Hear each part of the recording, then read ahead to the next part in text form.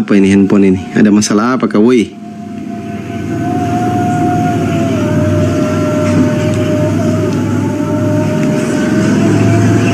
Parah emang.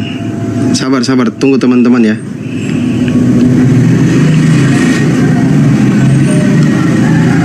Nah ini bisa.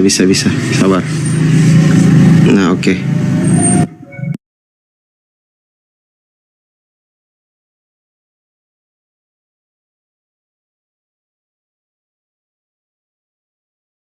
Waalaikumsalam warahmatullahi wabarakatuh. Mas Solangi. Mas Solang generasi. Tadi penyembah makhluk kuburan mana? Tarik aja ke sini. Iya siap. Saya naikkan lagi kembali mereka. Ini banyak di bawah yang ngantri Kanda. Ya, naik. Kasih Silakan pakaian teman-teman besi. Kristen. Yang teman-teman Kristen, Bang Rex, ada si Hotang tadi mana?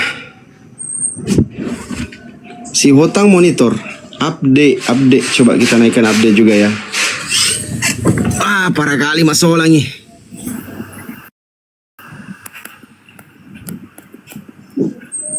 Oke, Bang Drek, selamat siang. Kristen ya Bang Drek ya? Iya, siang. Oke, selamat siang. Ini temanya nih, Bang Drek. Penyesat mengaku akulah dia. Tuh. Gimana tuh Bang Drek? Siapa itu? Dia itu siapa? Nah, mari silakan. Iya, kita lanjut tema yang tadi ya teman-teman sekalian. Silakan pasang kuping, pasang kepala, tenangkan pikiran, atur napas baik-baik. Telah paparan-paparan kami di sini dengan pendekatan akal sehat, bukan kebencian, bukan doktrin dan dogma. Jadi di dalam Al-Quran diterangkan perintah untuk mengikuti Nabi Muhammad. Qul in kuntum tuhibbunallaha fattabi'uni. Perintah mengikuti Nabi Muhammad. Di dalam Bible perintah untuk jangan mengikuti makhluk yang mengaku akulah dia. Tapi perintah ini datang kepada Bani Israel. Wahai Bani Israel, kalau ada yang mengaku akulah dia, jangan kau ikut dia. Lukas 21 nomor 8. Itu tanda-tanda kerjaan Dinda. Setelah kemudian Yesusnya menasihati muridnya, hal ini terjadi. Ada makhluk yang mengaku akulah dia. Pertanyaannya, pesan Yesus kepada Bani Israel, ikuti, percayai, atau jangan ikuti dan jangan percaya? Silakan saudara jawab. Jangan ikuti. Jangan ikuti. Untuk nabi-nabi palsu. Ketika ada oknum yang sejenak sebelum penangkapan mengatakan akulah dia, perintah Yesusnya ikuti atau jangan ikuti? Jangan ikuti. Hah? Jangan ikuti. Jangan ikuti. Tapi kenapa ketika dia keluar dari kubur malah kalian ikuti? Bukankah yang ditangkap ini, saudara? Bukankah yang ditangkap?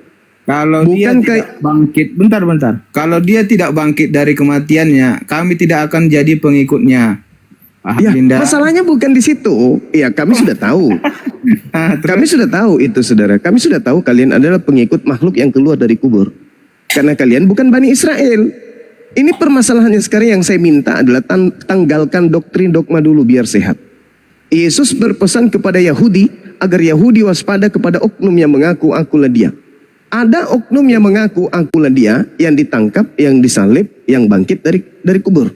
Nasihat Yesus kepada Yahudi, jangan ikuti dia. Alhamdulillah hari ini Yahudi tidak mengikuti itu.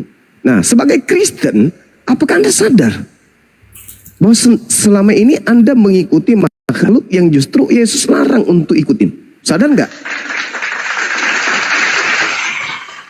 Di dalam teks itu apa dikatakan? Tanda-tanda akhir zaman kan Dinda? Bakal Bukan banyak tanda akhir zaman. palsu. Di akhir zaman Bukan, bakal banyak itu beda nabi cerita. palsu yang, Beda yang cerita. akan menyebut dengan namaku. Beda cerita. Jangan bawa nabi palsu dulu. Yang pertama, nabi palsu ini nanti muncul setelah dia bertemu dengan makhluk yang mengaku akulah dia. Coba tanya, siapakah engkau Tuhan? Akulah Yesus yang kau aniaya yang mengaku akulah dia. Oke? Justru itu tanda-tanda makhluk yang harus dihindari tuh. Yang mengaku Yesus, yang mengaku akulah dia, yang mengaku Mesias, Kristus, itu yang harus dihindari, jangan kau percaya. Semua yang Yesus larang untuk diikuti, dipercayai, itu lengkap sudah di makhluk yang keluar dari kubur itu. Makhluk yang keluar dari kubur itu mengaku akulah dia. Makhluk yang keluar dari kubur itu mengaku akulah Yesus. Makhluk dari kubur itu mengaku akulah bintang timur gilang gemilang. Makhluk dari kubur itu mengaku akulah Mesias. Semua tanda-tanda yang Yesus sampaikan kepada Yahudi agar waspada, itu ada pada makhluk yang keluar dari kubur tersebut. Makanya murid Yesus tidak mengikuti. Orang-orang Yahudi tidak menyembahnya. Nah, sekarang Kristen menemukan diri mereka menyembah kepada sosok makhluk yang mengaku Yesus, yang mengaku Kristus, yang mengaku akulah dia. Padahal Yesusnya mengatakan jangan kamu percaya. Sekarang sebagai manusia yang berakal sehat, pemakan Indomie, pemakan tahu tempe, apa solusi yang akan Anda ambil? Silakan. Oke, buka Roma 5 ayat 8 Dinda. Roma itu kitab yang ditulis oleh sabar dulu, sabar. Sabar 10 detik. 10 detik. 10 detik. Kitab Roma itu adalah bisikan-bisikan dari makhluk yang mengaku akulah dia, yang justru jangan dipercaya. Dari mana kamu tahu Dinda?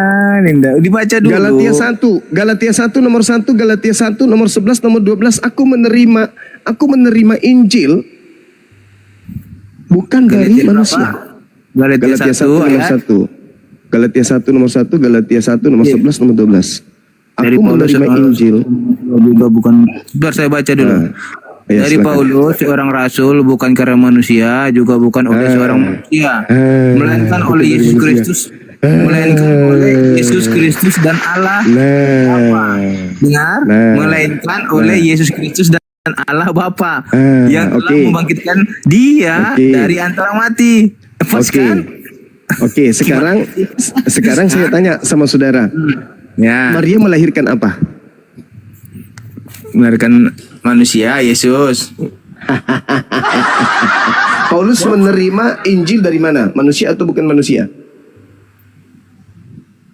Dari Allah itu sendiri, dari Yesus. Gimana sih?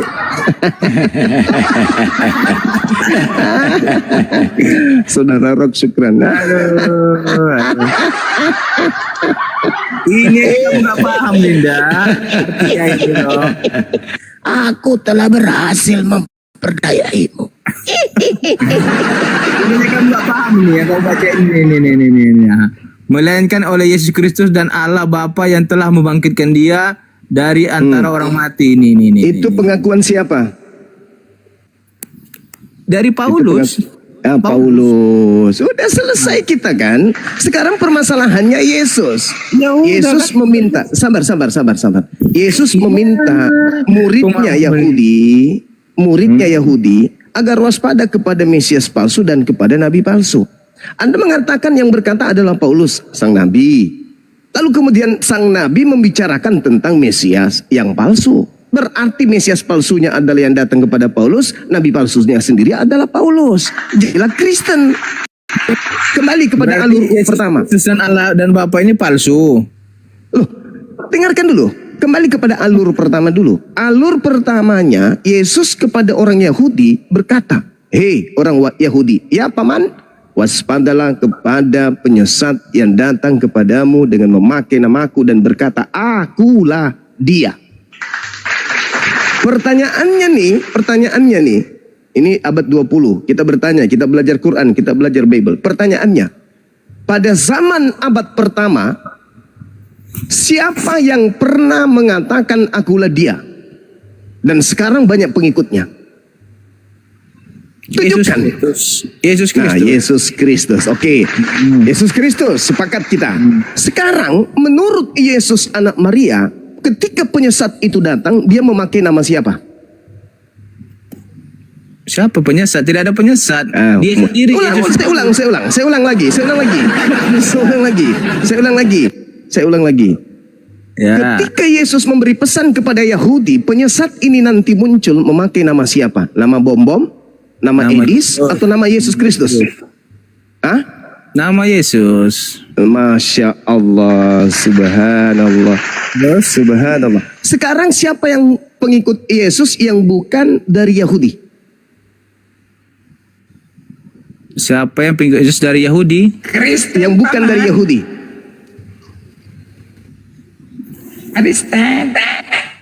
Aliteng.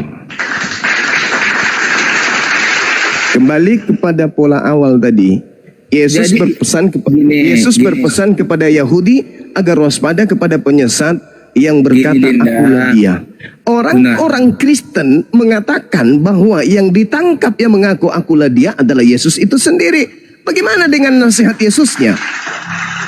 Gini Dinda, kepada Yahudi. Bapak itu sama nggak dengan Allah menurut kamu? Jangan ke situ dulu. Iya, bentar. Pertanyaannya itu dulu. Bapak dan Allah itu sama nggak menurut kamu? Jangan ke situ dulu. Iya, bisa jelaskan. Pola awal dulu. Jernihkan dulu pola awalnya, biar pola 2, pola ketiga, pola keempat lebih jelas lagi untuk kita paham. Oke, lanjut. Pola pertamanya yang duduk di situ ada dua golongan. Pertama Yesus. Yesus ini adalah golongan para nabi. Yesus ini adalah golongan para Mesias. Yesus ini adalah duta, wakil Tuhan. Yang kedua adalah Yahudi sebagai sasaran dakwah Yesus. Ada 2. Ketika Yesus berpesan agar waspada kepada sosok yang mengaku akulah dia, maka yang menjadi pendengar adalah Bani Israel. Bani Israel diminta oleh Yesus untuk waspada kepada makhluk yang mengaku akulah Yesus dan berkata akulah dia. Cerita berlanjut. Pola kedua. Setelah Yesus memberikan nasihat, petua-petua seperti itu adanya, apa yang terjadi? Ada cerita di mana dalam Yohanes 18 nomor 5, nomor 6, nomor 7, nomor 8 dan seterusnya ada orang yang diringkus oleh tentara Romawi disebabkan karena dia oknum ini mengaku akulah dia. Di sini awal ceritanya kemudian. Hancurnya kepala-kepala orang yang tidak berpikir awalnya itu di situ. Yesus berpesan kepada muridnya Yahudi. Pola pertama, waspada kepada penyesat yang datang kepada kalian memakai nama aku Yesus Kristus dan berkata akulah dia. Tergenapi ketika ada penangkapan. Lihat, pola ketiga. Ditangkapnya orang ini kemudian digiring kepada pembunuhan. Ketika dia dibunuh, Paulus sebagai nabi yang didatangi oleh makhluk tersebut mengatakan Kristus telah menebus Kristen dari kutuk hukum Taurat dengan jalan menjadi kutuk karena Kristen. Sebab ada tertulis, terkutuklah Kristus yang mati digantung di atas tiang salib. Pola ini, aturan ini hanya berlaku, penyaliban ini hanya berlaku kepada penyesat. Orang yang disalib, terkutuk oleh Tuhan adalah penyesat. Yang dikutuk itulah yang disalibkan. Yang disalib tadinya mundur ke pola kedua adalah oknum yang mengaku akulah dia. Mundur ke pola pertama, Yesus mengatakan waspada kepada penyesat yang mengaku akulah dia. Pola pertama selesai, pola kedua selesai, pola ketiga makhluk itu mengaku kemudian sebagai Kristus. Jadi Paulus tahu bahwa yang mati di kutuk ini adalah Kristus. Endingnya Yesus berpesan agar waspada kepada Kristus. Paulus mengatakan yang disalib adalah Kristus. Yesus berkata waspada kepada Kristus. Finalnya adalah ketika Yesus berkata angkatan jahat ini meminta satu tanda dan tidak akan diberikan satu tanda kecuali Kristus bangkit pada hari ketiga. Ketika kemudian angkatan jahat diberi tanda betul ada penyesat, ada Kristus palsu yang keluar dari kubur mengaku akulah dia, kepadaku telah diberi kuasa baik langit maupun di bumi. Pergilah ke seluruh dunia, jadikanlah seluruh bangsa menjadi pengikutku. Innalillahi wa inna ilaihi raji'un. Inilah awalnya penyesatan itu muncul. Siapa banyak orang yang disesatkan oleh akulah dia ini? Namanya adalah Kristen. Na'udzubillah. Sekarang kembalikan bolanya kepada saudara. Akankah Anda mati dalam penyesatan atau Anda akan sadar? Gini, saya bertanya. Jadi kalau bukan Yesus yang disalibkan jadi siapa? Kamu bilang bukan Yesus. Penyesat. Penyesat. Dia siapa? Penyesatnya siapa? Penyesatnya mengaku Yesus Kristus. Iya, siapa namanya? Mana dalilnya? Anda boleh lihat di dalam Yohanes 18 nomor 5, dia mengaku, di situ tertulis Yudas dalam original teks. Ego emi Yudas. Akulah Yudas. Ada dikatakan di situ. Baca original dia teks. Digantikan dengan Baca Yudas. original teks, teman-teman yang mau belajar, yang tidak mengandalkan kemudian ketumpulan logika, hanya mengandalkan dogma dan doktrin. Buka Yohanes original berapa? teks. Yohanes Yohanes berapa? 18 nomor 5, di situ tertulis ego emi Yudas. Nih, saya buka nih. Ya, Di mana silakan. dikatakan dia digantikan disalibkan? Silakan. Nah, nih. Nih, tidak ada sini dikatakan digantikan disalibkan, Dinda. Tidak ada digantikan mereka, disalibkan. Yesus dari Nazaret katanya kepada mereka, akulah dia. Akulah dia. Akulah dia. Yang mengkhianati dia Yudas. berdiri untuk bersama. Akulah dia Yudas. Di mana Akulah dia dikatakan Yudas. digantikan disalibkan. Orang itu Ini, mengaku dengar dulu. akulah dia Yudas. Hai. Akulah dia Yudas. Oke? Original teksnya Anda baca. Ego emi Yudas. Iya, Nah. yang saya tanya di mana dia digantikan disalibkan? Orang itu mengaku akulah dia tidak. Ini ceritanya cerita di mana? Ini cerita apa? Ceritanya kalau kamu Ya Anda tahu. yang bawa ke situ kok. Anda yang minta saya ke situ. Oke, Anda diam. Anda dalilnya. diam, kayaknya Anda nggak bisa sembuh, Anda memperbodoh diri. Anda diam. Tolong anak-anak saya yang dibawa, dengarkan uraian saya berikutnya. Jadi ketika kemudian oknum ini, kata Yesus, penyesat itu mengatakan akulah dia. Tergenapi saudara-saudara ya, kita udah lihat tadi ya. Ketika kemudian orang-orang Roma bersama dengan Yudas datang dan menemukan seseorang yang mengatakan, siapa yang kalian cari? Mereka rombongan Romawi ini berkata, aku mencari Yesus dari kota Nazaret. Apa kata orang tadi? Akulah dia. Apa yang terjadi? Ketika orang ini mengatakan akulah dia, akulah Yudas, orang-orang pada mundur dan berjatuhan. Ini ada kejadian yang sangat luar biasa terjadi. Dari seketika Tuhan merubah keadaan yang sudah dinubuatkan di dalam Mazmur 91, data nomor 1 sampai nomor 16, bahwa dia Yesus diselamatkan oleh Tuhan, diangkat ke langit, dan penggantinya sang pengkhianatlah yang akan tereksekusi mati. Di data 18 dikatakan dalam Mazmur 91, engkau hanya menonton, meski 1000 orang di kananmu di kirimu, kamu hanya menyaksikan tragedi penyiksaan terhadap orang fasik. Yang terjadi karena Yesus mengatakan dalam Lukas 24 tempat harus digenapi apa yang tertulis tentang aku dalam kitab Mazmur. Jadi harus ke Mazmur, jangan ke Roma, jangan ke Galatia.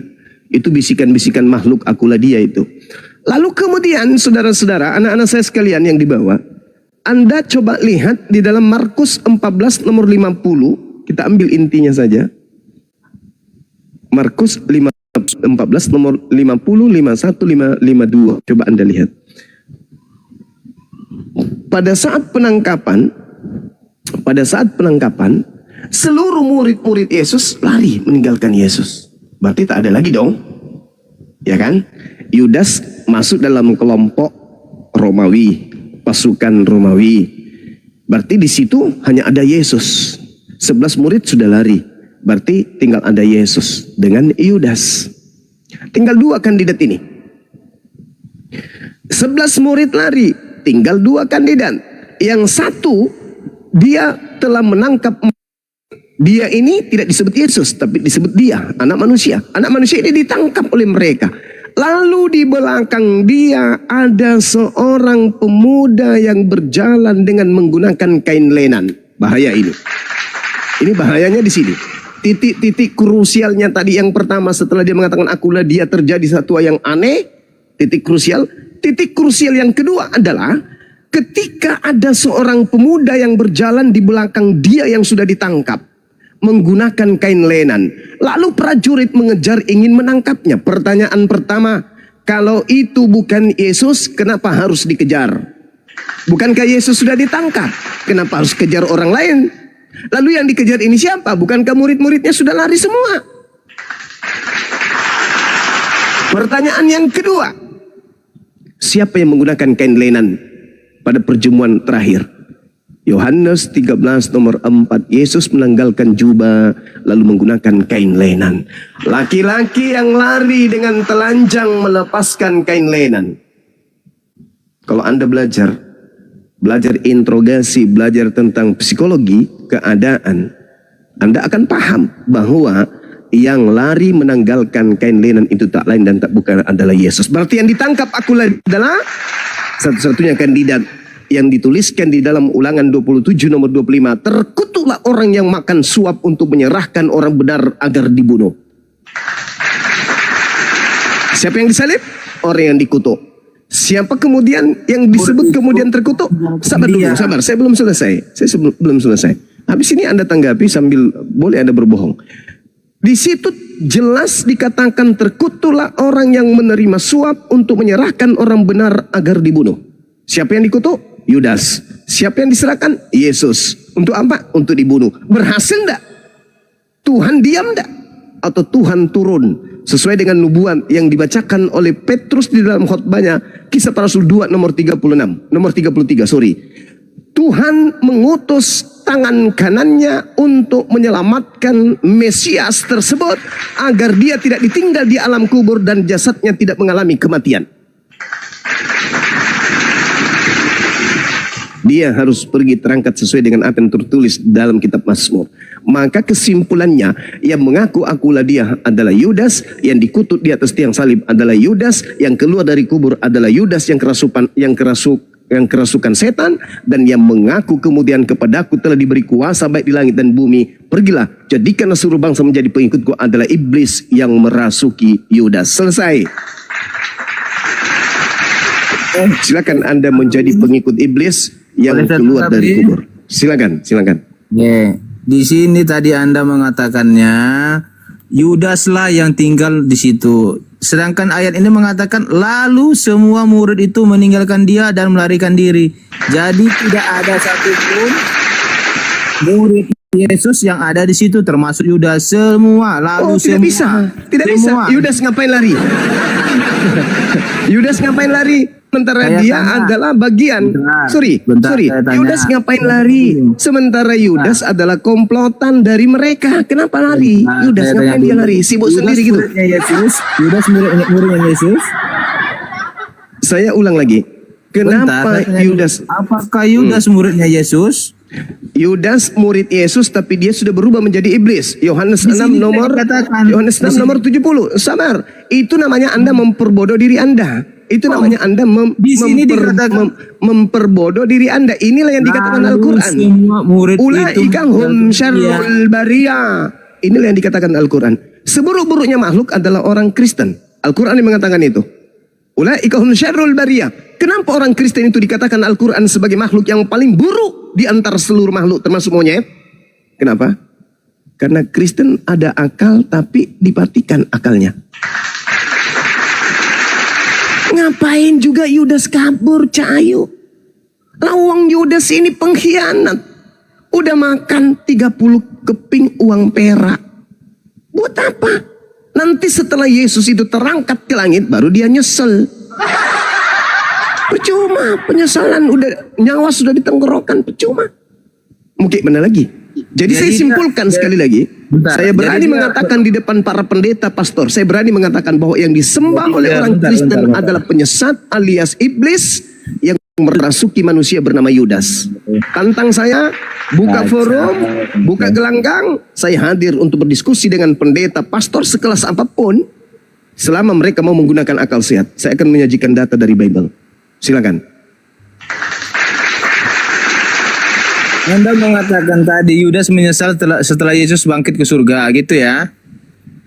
Yesusnya terangkat duluan ke surga. Baca khotbah Petrus, Kisah Para Rasul 2 nomor 29, gitu.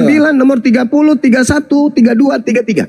Yesus dikatakan oleh Daud sebagai kakeknya menubuatkan cucunya Yesus bahwa dia tidak ditinggal di alam orang mati dan dia dan tubuhnya tidak mengalami kematian.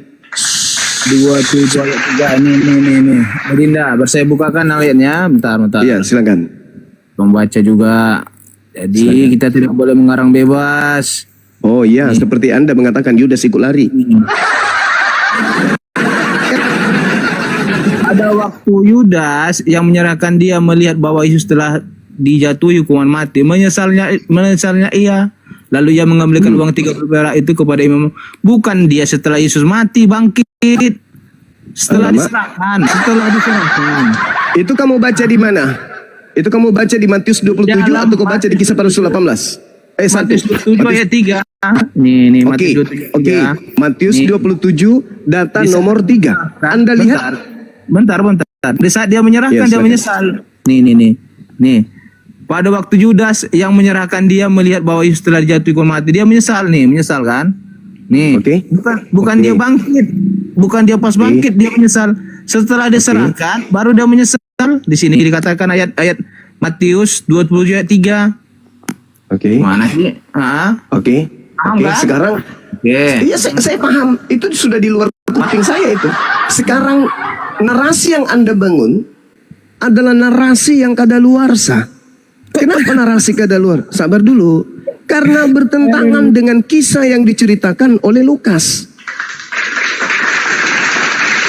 Anda membawa data di dalam Matius 27 nomor 3, 4 sampai 5, Anda tamat di situ. Saya datang membawa data yang diceritakan oleh Lukas di dalam Kisah Para Rasul 1 nomor 18 19. Apa yang terjadi di sana? Satu hal yang sangat bertentangan dengan pengakuan pengarang Matius. Di dalam Kisah Para Rasul, Yudas membeli tanah lalu bunuh diri.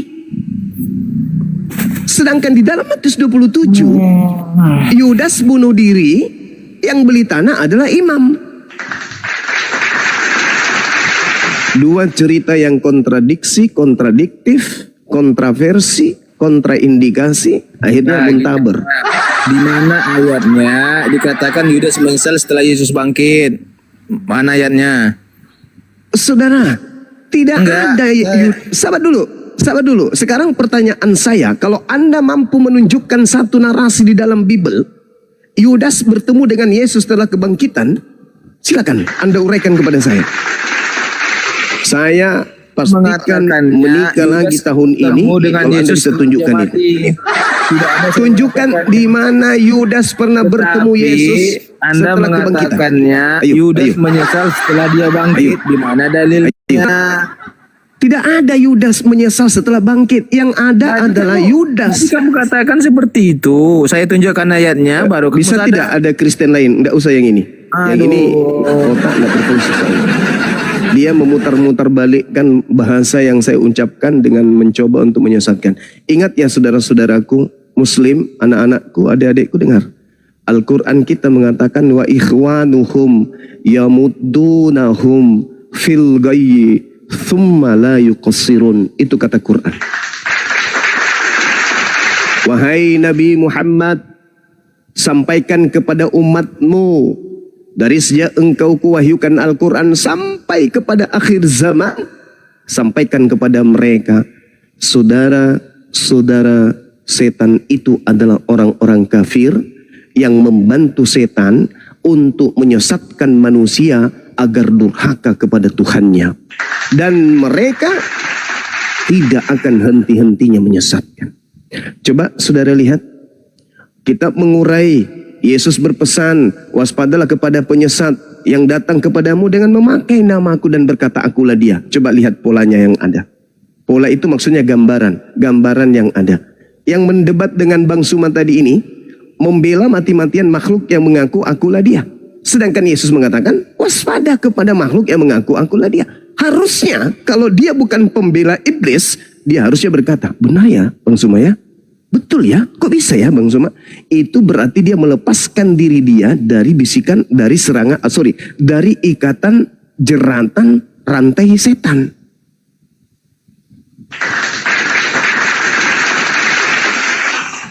Artinya bahwa ketika dia menjadi pembela makhluk yang mengaku akulah dia, benarlah Al-Quran. Wa ikhwanuhum yamuddunahum fil ghayyi tsumma la yuqsirun. Saudara-saudara, iblis itu adalah orang-orang kafir yang membantu iblis di dalam mendurhakai pencipta langit dan bumi. Ini yang sedang dia lakukan. Dia berlakon sebagai pahlawan iblis. Al-Quran mengatakan, wa kana,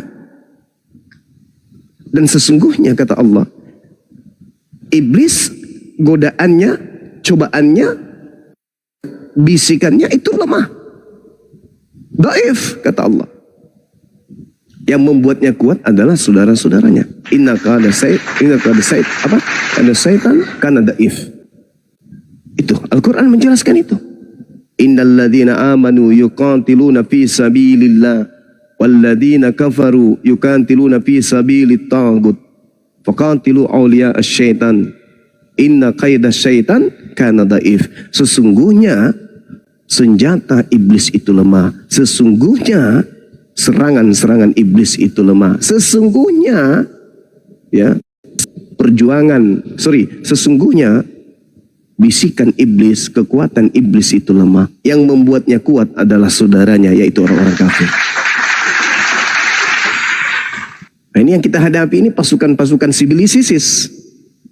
Yang kita hadapi nih, penyembah makhluk yang mengaku akulah dia. Kata Yesus, sang penyesat itu dibela. Sang penyesatnya klop ketika dikatakan dia adalah iblis, lalu kemudian dia dikatakan sebagai penyesat, klop ketika dialah yang disalib.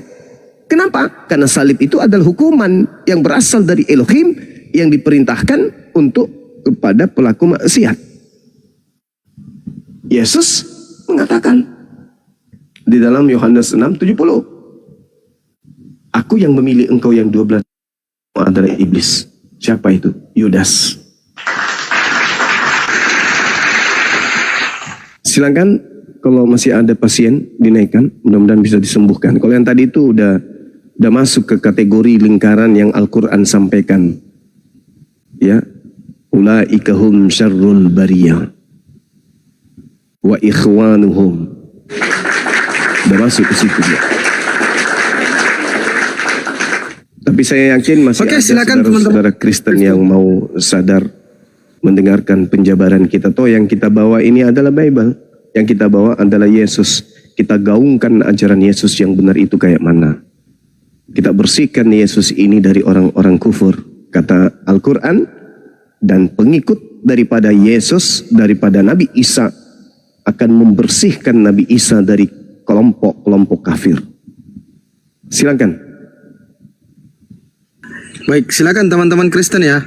Pak Pendeta Petrus Suat dibawa, kalau mau naik silakan. Jangan marah-marah di bawah Pak Pendeta. Silakan. Ini Pak Pendeta Petrus Suat ini marah-marah di bawah. Silakan naik Pak Pendeta. Yuk.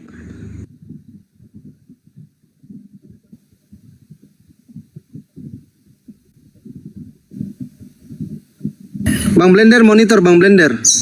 Moderator kan Bang Blender? Bang Blender.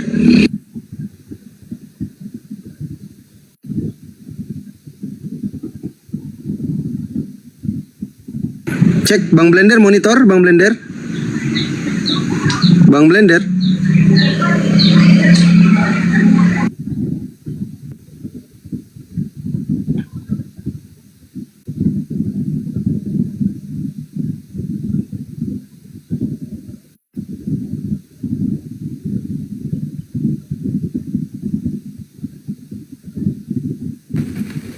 Gimana? Anotnya?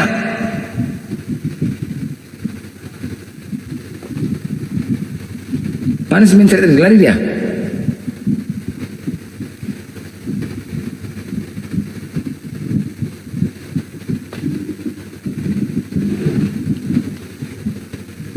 Sera belarian noten, belarian noten, belarian noten. Ditanya Yesus dijawab firman, ditanya Elohim jawab Theos. Lenten, lenten. Ajaran kasih mana? Kasihilah Tuhanmu dengan segenap hatimu, dengan segenap kekuatanmu. Gunakan kekuatanmu dengan akalmu untuk membantah narasi kami. Kalau kamu dikatakan pengikut Yesus, kalau nggak dicempakkan kamu neraka.